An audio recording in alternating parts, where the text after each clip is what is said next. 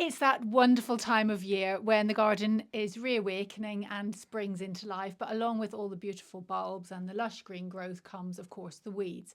In this video, we're going to test out some of the best hand tools for removing weeds.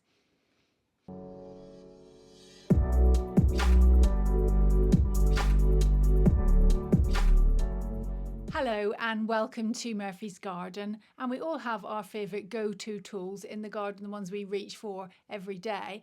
And for weeding, mine is definitely this trusted pointed trowel, but there are a large array of tools on the market which claim to make the job easier, and so we're going to put them to the test. So I'm joined today by Al and Liv, as I want to get different viewpoints between us. We have varying hand sizes, we've got different strengths, we've got young hands and older hands, and we work on different settings. So I just garden here in this garden, which is on very sandy, light soil, but Al is a professional gardener and often gardens on heavy clay soils.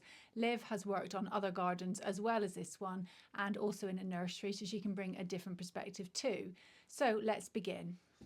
So using hand weeding tools is vital when you get inside a border and you're trying to clear the weeds. And we would expect to have a lot of the traditional tools, the forks and the trowels, to get in there. And these are excellent tools. They're really, really useful. However, there are a lot of other tools that have come onto the marketplace that can make the job a little bit more easier, precise and convenient as well, and a bit more comfortable. So those are the ones we're going to be focusing on today. We've grouped this into three main sections, that being the weeding knives, the edging tools, and also the Fulcrum tools. That's for prying out and lifting weeds, and we'll go into depth in each one of those categories and see which one has the best performance in that area. To kick off with, I'm going to be looking at probably the tools I use the most, which I would get out of my bag when I'm at a customer's house with a client, when I've got to weed a large border and get into those areas and clear as fast as I can. Previously, my go-to tool has been the Wolf Garden knife, weeding knife, and I've got to say it's a quality tool. It's German-made. Wolf Garden products I find on the whole very, very good. They have a click in and click out with their tools. This one's actually a solid tool, so the handle doesn't come away. Having said that, there is a little bit of play in this, and that's one of the weaknesses I found with this. I've probably got through about 3 or 4 of these, either through losing them in the border, as I'm sure a lot of us have done, or through actually breaking them. And in the past, I've probably felt it's probably my fault where I've overstressed it, getting into some tougher soils and put too much pressure on it, and it snapped. However, looking at some of the newer ones onto the marketplace now, I can see this is probably a tool I'm going to retire and not use anymore, because I think there's actually some better tools out there. But overall, I do like this, and as I said, it has been one of my successful companions in the past. How much is that one? This retails at about £12, and so that's about $15. So it's not that expensive. But as I said, it's German made, and it is a quality tool. I don't know how you guys found it. How did you find that, Liv? Yeah, I thought this was quite good. It is quite lightweight compared to some of the other ones, which I guess has its pros and cons. But the other thing I found was this one doesn't actually have any serration at the side, whereas quite a lot of the other ones do. So when you pull a weed out, it's quite good to just like tap it off at the side to get the excess soil off, and that really helps having that serration, and this one doesn't. But yeah, I agree with everything else you said. I agree too, and I could feel it moving a little bit under stress. Yeah. Well, that's what I think it's only, again, when I've been reflecting on these other tools, you put them side by side, and really, I mean, I can feel there's movement in this, and this is, I mean, less than a week old. We've got this one on the show today, but as I said, I've broken these in the past, and I've kind of felt perhaps it was more my fault. But now looking at some of the better welds, some of the better joints, it's different. Let's look at. Well, one of the probably the better ones in the class here, and certainly ones I think is much more superior, is the Friskars product. Yeah, I like that one. Friskars Xact weeding knife. This one a little bit more pricier. It's £13, $12. And it's got a little bit of a serration around the edge, although again I don't tend to use these for the serration, but this one, comparing side by side, you can see is much longer. The weld joints on the back of it are far greater, and I've got to say, along with probably a lot of Friskars tools, this is a really, I think, quality area. I would say it is quite long, and if you're moving around or if you're trying to put this into a pocket or a belt, this is going to, dig into your leg. So it has some weaknesses there. But I guess in some ways you probably wouldn't lose it given the size of it as well. I think also if you really want to get down deep into a route that's particularly long, this would be really good as opposed to the other one, because we found that when we were using the previous one, it would just snap the root off at the base, whereas this one I'm sure you could get right down, and even like it's got more of a bevel, so you can probably That's it, it felt nice, didn't it? Ergonomically felt really good. Yeah. And again, these being stainless steel, I mean, the majority are they'll they advertise them as something unique, but majority of these tools is stainless steel, so they're not going to rust if you do have to leave them outside, and obviously they're working in quite harsh conditions. But yeah, this is a very, very strong contender. The other one in the class here is a company called Darlac. Looking at this, it's called Work Pro, I believe, in the US, have a very, very similar brand to this. You've got a serrated edge down one side. You've got some measurement indents as well in here if you're putting in bulbs and things like that, and a sharper knife here. It's got this kind of V fork at the end. I actually quite like this. I thought it was well balanced. I thought for doing kind of more delicate work, it was really, really good. Although I wouldn't think it's going to pry that well to get things out deeper. The thing that Olivia was saying about knocking off the soil with the serration, I did that as well. I thought that was quite useful tool. But what I found with this one, the serration was on the wrong side. If you're right-handed, the serration's on the right-hand side, whereas the others are on the left. Yeah. So that for maybe good for a left-handed person. No, I agree with that. And even the measurements, sometimes, like, I don't really use things like that, and I know you don't really either, but if you are a bit more precise, even if you're wanting to plant seeds and things like that, this might be quite good just to like know how far you're distancing things, or even like with bulbs and things like that. Yeah, good point. Yeah, absolutely. Yeah. Well, we've not really gone down this route before, and although I've been in the industry a few years, I've resisted getting into the Hori knives, and I know they're huge following, and I'm just looking here at the prices on this. They do vary in different prices, and this was £30. You can get them cheaper. There's £20, $20, and they obviously are a tool that's highly regarded. This came with a little pouch which you can put on a belt. I quite like that, particularly keeping it more mobile and portable. And there's been a lot of reviews out there about the Hori knives. I initially can't get over the fact that how sharp these things are, and obviously if you are moving around and using your tools, you want to be careful you don't cut yourself. Obviously the serration is on this side as opposed to what you said around the other one where the serration is on the other opposite side. So I think that you said for you that was a big benefit. I can't get over how good this is, I must admit. It's very, very well weighted. It's a chunky handle. I liked it. I thought it was actually, something I could get used to. And because of the belt, it comes also with a sharpening stone as well. There's a lot to like about this. It felt really premium, and I think the fact that it's wooden as well feels quite well made, and I quite like the fact it comes with a case too. You kind of get quite a lot, I guess, for your money, and it feels like quite a nice product. I preferred using the Friskars one, but that's very big and you would struggle to carry that around with you, whereas that can go in the pouch, which is the advantage. But they're very, very similar. Both went through the soil, glided through the soil quite quickly. I guess quite with easily. the point that's on the end of this, it's probably quite good at really kind of delving in there as well, whereas that one's flat. Yeah, I mean, this, I don't really know whether this is a bit of a fad in some ways. Niwakii are the company that were pioneering a lot of this, and they are still the kind of the premier ones, secateurs and their whole areas. And you can pay, $80, $90, that's £60, £70 for one of these. And you kind of think, God, if I lost that, there'd be a lot of money out there definitely. That you would lose. But I've got to say, if you can get in on this, and as I said, this is priced in at £30. I've seen them on there for $20 in Amazon, and we're going to be putting all the links down below for all these products as well. But it's actually a nice product. I like this. It's I can see why people like it and get towards it.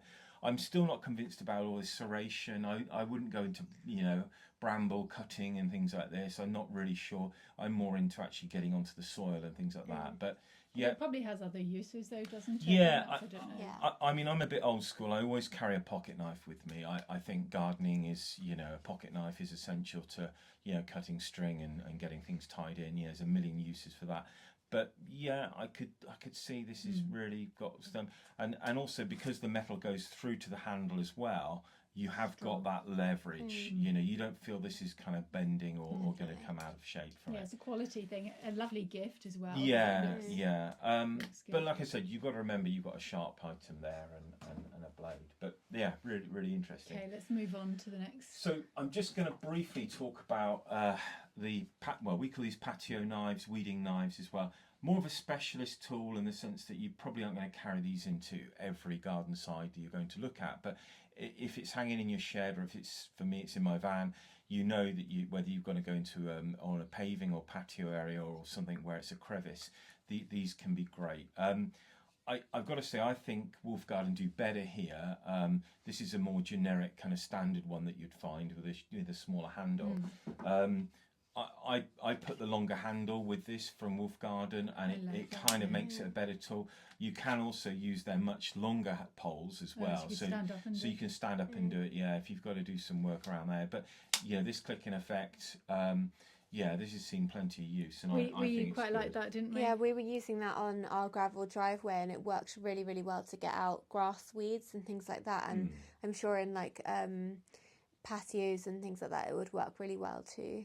Between cracks and things. Yeah, and definitely. Yeah. moss and things like that too. Yeah, I like that. So that's kind of looking at going through there. I'm going to move on to what we call really the fulcrum design, and this is where these tool manufacturers have come up with a kind of a fulcrum bevel, where the idea is that this will be dug into the roots of the weed, and then you're pivoting this out to actually lift out the roots. I never used this style of tool in a professional setting because I've had one in the past and I've found it quite limiting. But I was keen to see, from an updated point of view, are there better ones on the marketplace? This is the kind of the generic cheap end of the market. You're talking $4, $5, £5, something like this to get hold of that into there. And then you're going up to the kind of more premium size. And we've got an offering from Spear & Jackson and also Corona, who also have got a good marketplace. And again, both of these are available in the UK and Europe and also in the US as well. So you've got access to these products. I'll probably kick off with the Spear & Jackson one first of all. The Weeder Fulcrum. This retails at $25. That's £12 in the UK. I initially thought this was going to be great because the welding joints on it and the sheer quality of the metal they've used, the strength on this, along with a lot of great things of Spear & Jackson's, I thought that this was going to be great. But I've got to say, in practice, I found it pretty useless. It just can't, when you're pivoting on this and you're actually leveraging the weed, it seems to slip through these forks, particularly the thing that it's meant to be designed for, which is dandelions.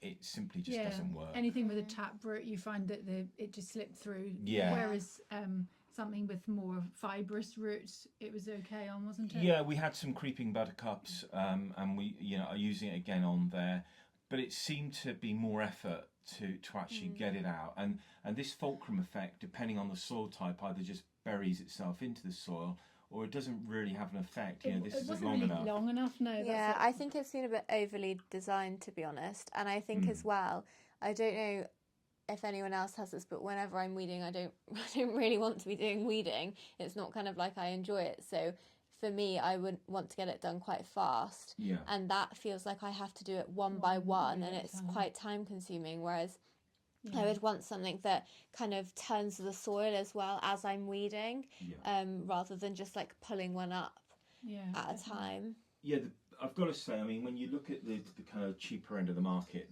the build quality is great, and credit to the guys at Spear & Jackson. They've thought about this. It's a different weight, it's a different feel.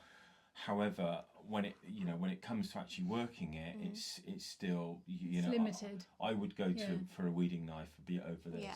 Having said that, and every tool has its role. I quite like that one because it's Yeah, a nice hold. I'm going to kind of class these together. We've got the Corona CT3 3254 Comfort Gel, retailing at around $10, £10 in the market. I mean, I quite like this, and I think in many ways it's a weeding knife, but it's with a bend in it rather than saying that's a fulcrum. And and I think this one's kind of on a similar thing. Yeah. This one in particular, this is more generic one. Again, the links will be below, but you know, $6, $7, £6-7. It's not a bad tool for getting in cracks and you know, getting into those areas where perhaps if you've got paving and a bit of a gap there, this can get into that as opposed to the weeding knife, and that fulcrum effect is then useful. But I kind of think it's a bit limited for me. And again, I'm not really sure about all the serrated edging where I've really used that well. I like the feel of this. I have got a little bit of arthritis in my hands, and I do quite often get fatigue when I've been doing a lot of weeding. I did find that felt quite comfortable. What did you think though? Yeah, I agree. And I think it's kind of got a similar sort of thing going on to a trowel where it's kind of beveled, so it's quite nice for turning the soil and things like that too. Afterwards. Yeah, no, I was impressed with that. I've got to say, I was impressed with that one. And then kind of moving on really to the final selection is kind of really from our kind of Japanese and our Korean friends really, and learning from some of the skills that they've had in there. The first one I'm going to kick off is with the Japanese weeding sickle, and this is gets a lot of praise, these tools, because of their versatility compared to the kind of more traditional trowels. Kicking off with this one, I'm not a big fan of this in the sense that for me it was a bit too small, and it might just be my hand size, and I like to get into it. I like that one. I had to go on some clay with this, and it didn't really seem to move it that well. It just kind of got bogged down quite quickly. However, you know, thinking more around the sandy soils and things like that, I think this could be good. But you liked this, didn't you? Yeah, we both quite We liked used that. it in our garden, didn't we, on sandy soil? Yeah. It was fantastic. It was really nimble. I can see it being really good in the vegetable patch as well. Yeah, definitely. Yeah, it was good. You can just get in and scoop things out really quickly and easily. I mean, would you use this for making drills and things like that, or hoeing, or just tend to be? Yeah, definitely. Yeah. So this one, the hand sickle, again, not that expensive, about $12, £10. Good value. I guess for me, I know there are more ones with longer handles and a longer shaft here. I probably want to go and try those ones and maybe a slightly different blade. But as I said, you'll probably use the Homi. The Homi's very well, similar. I'm going to move on to that, because I think, you know, that to me is the tool that's really opened up. And this is from our friends in Korea, the gardening people there who've really got this over. I love this, and it was a revolution to get hold of this tool, and I've been using this now for about 4 years. I think Homies are really must to have tool in your box. They call these the Korean Plough. You know, this is an area, and obviously you can see it's kind of versatile in the sense you can make drills with it, you can move a lot of soil, and with this spike you can get quite aggressive in breaking up clots as well. This leaves a great finish, and for a lot of my customers it's about not just weeding, it's actually about turning and aerating the soil, and really making it, fluffing it up and making it look good. And this provides that, and it does it with such ease. And it's a different action, so instead of that action, it's a pulling action, so it puts less strain, I think, on your wrist. Yeah, absolutely. And in fairness, comparing it back again to a lot of these, this is a go-to tool. You can see how dirty they are. We've got two here. That's my one. Yours is more curved than mine. Yeah, a slightly longer handle and things like this, but it's you can see they get a lot of mileage out of them. Probably the negative for me is they're so easily lost, in the sense that the coloration. But yeah, this has been a faithful companion in a lot of days when I'm in borders. Haven't lost them yet, though, have we? No, they retail about $20, £20, and there are a variety of ones out there. I guess the negative is they do come a little bit basic. The weld on them looks a little bit kind of primitive. I don't think any of the big brand boxes have really got into this. There's no Spear and Jackson version, I believe, of this, but I'd definitely have a look at that going forward, and it's reinforced. Very that. functional and practical. Absolutely. Yeah. What about our little surprise tool that this one to me and Olivia, both of us, we thought this looks really, really rubbish. It looks very gimmicky. It looks like a little potato peeler. Yeah, the potato peeler, or whatever you want to call it. Lucko. It's a Scandinavian tool, we'll be putting links to this as well. And there are other varieties of this.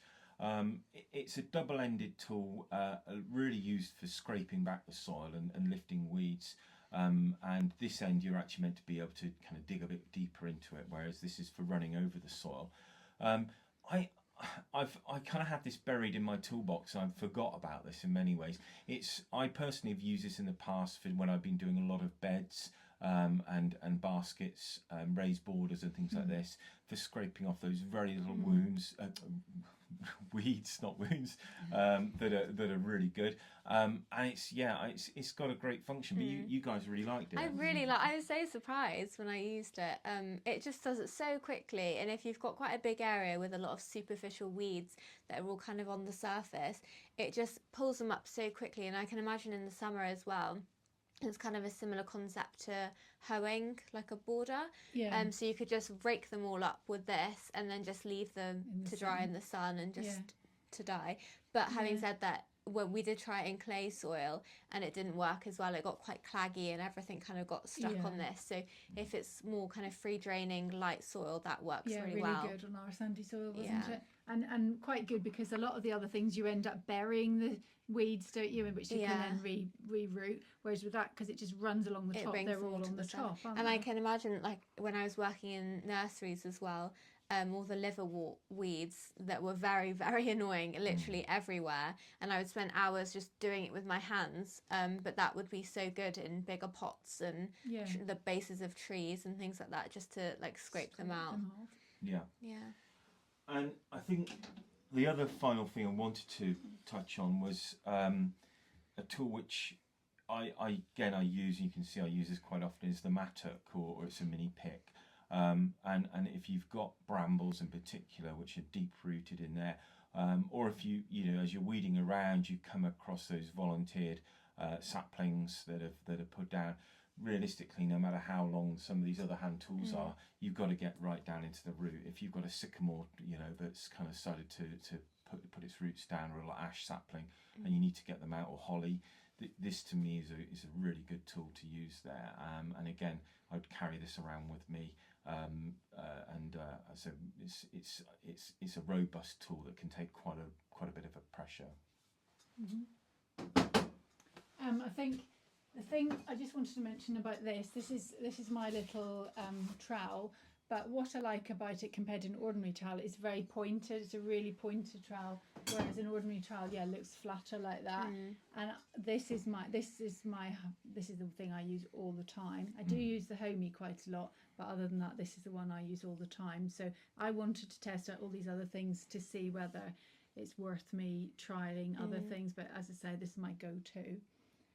Yeah, I agree. I mean, again, my version of the trowel is the Wolf Garden one. It comes with a clip-on handle. I've got the extended handle here, and it's a great tool, and I wouldn't be without this as well. But I don't really take this into every battle on the borders.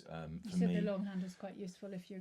Yeah, this is good if you want to keep away from the nettles, if you want to kind of keep away from bigger weeds as well. And obviously, absolutely, if you're coming into gardening, you're setting up, the fork and the trowel are essentials that you'd have into your selection. But actually, we were both saying that we very, very rarely use a fork anymore. Do you just grab the fork out? Yeah. I used to use a fork all the time, and I had a lovely one, and then I lost it, and all the ones I've bought since that haven't been quite so good, but I've now moved away from that. And you were saying, I've never really used a fork that well, to be honest. I always just find that all the weeds I actually want to get up just kind of sift through the cracks. Having said that, it is really good for fluffing up some soil if it's in like raised beds or just between things that are being planted, or in the summer when everything's out and you just want to quickly fluff things up. It's quite good, but for proper weeding I wouldn't really ever use a fork. Yeah, I've got to say, for me, it's been replaced by the Homi, and for those grounds that you said, it just hasn't got the precision, and that's for me why you can get in and do a single weed, or you can actually do a lot of area. So the big question is, I think, which are your top 3 tools that you would take into battle? So Livia, go first. I think I would go for the Hori, the with the wooden handle, the Homi, and then also the potato peeler type one. Lucko. Yeah. Okay. I think they would be my 3. Right, my top 3, I'm going to go with the Friskars instead of that one. Yeah, I like that one. I'm going to go with the Sickle, little Sickle. Quite like that one. Yeah. But I do like the Homi. I like the Homi, but can I still have my trowel as well? My Homi and the trowel. I don't want to. That's sad. It's been with me through so much. So that and the Homi. I'm going to have. Okay. Four. Sounds awkward. Okay, Al. What about you? Well, I think the Homi is got to be a go-to tool, and if you haven't tried this, get it, go and get one. This is really good, or put it on your wish list or something, because for a birthday present, this is an absolute great tool. I agree with you there. I like the Friskars as well, just because of the strength and the length of that and the quality of the build. I think they're a great brand, and as I said, I think really, really quality tool on there. And I'm gonna stick with our Far Eastern friends and have the Japanese Hori as well. I think this is a great tool and a great accompaniment to these 3 areas here.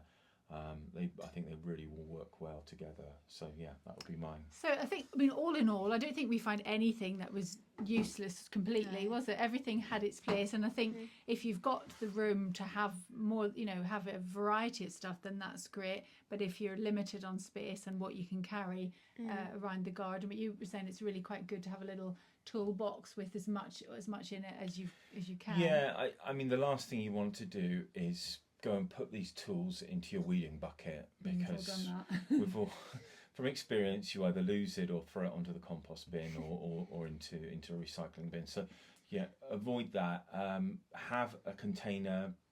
I've got a plastic tool tub which I take onto the borders, and that's really with me. You've got your bucket, yeah, and in many ways then you can have more tools, you can take more into the fight, and whether you're coming up against brambles or nettles, or whether it's dock or whatever, you can manage tap roots, you can manage those fibrous roots, and even if they seem like ivies and things like that, you've got a good chance of getting them up and getting out of your garden.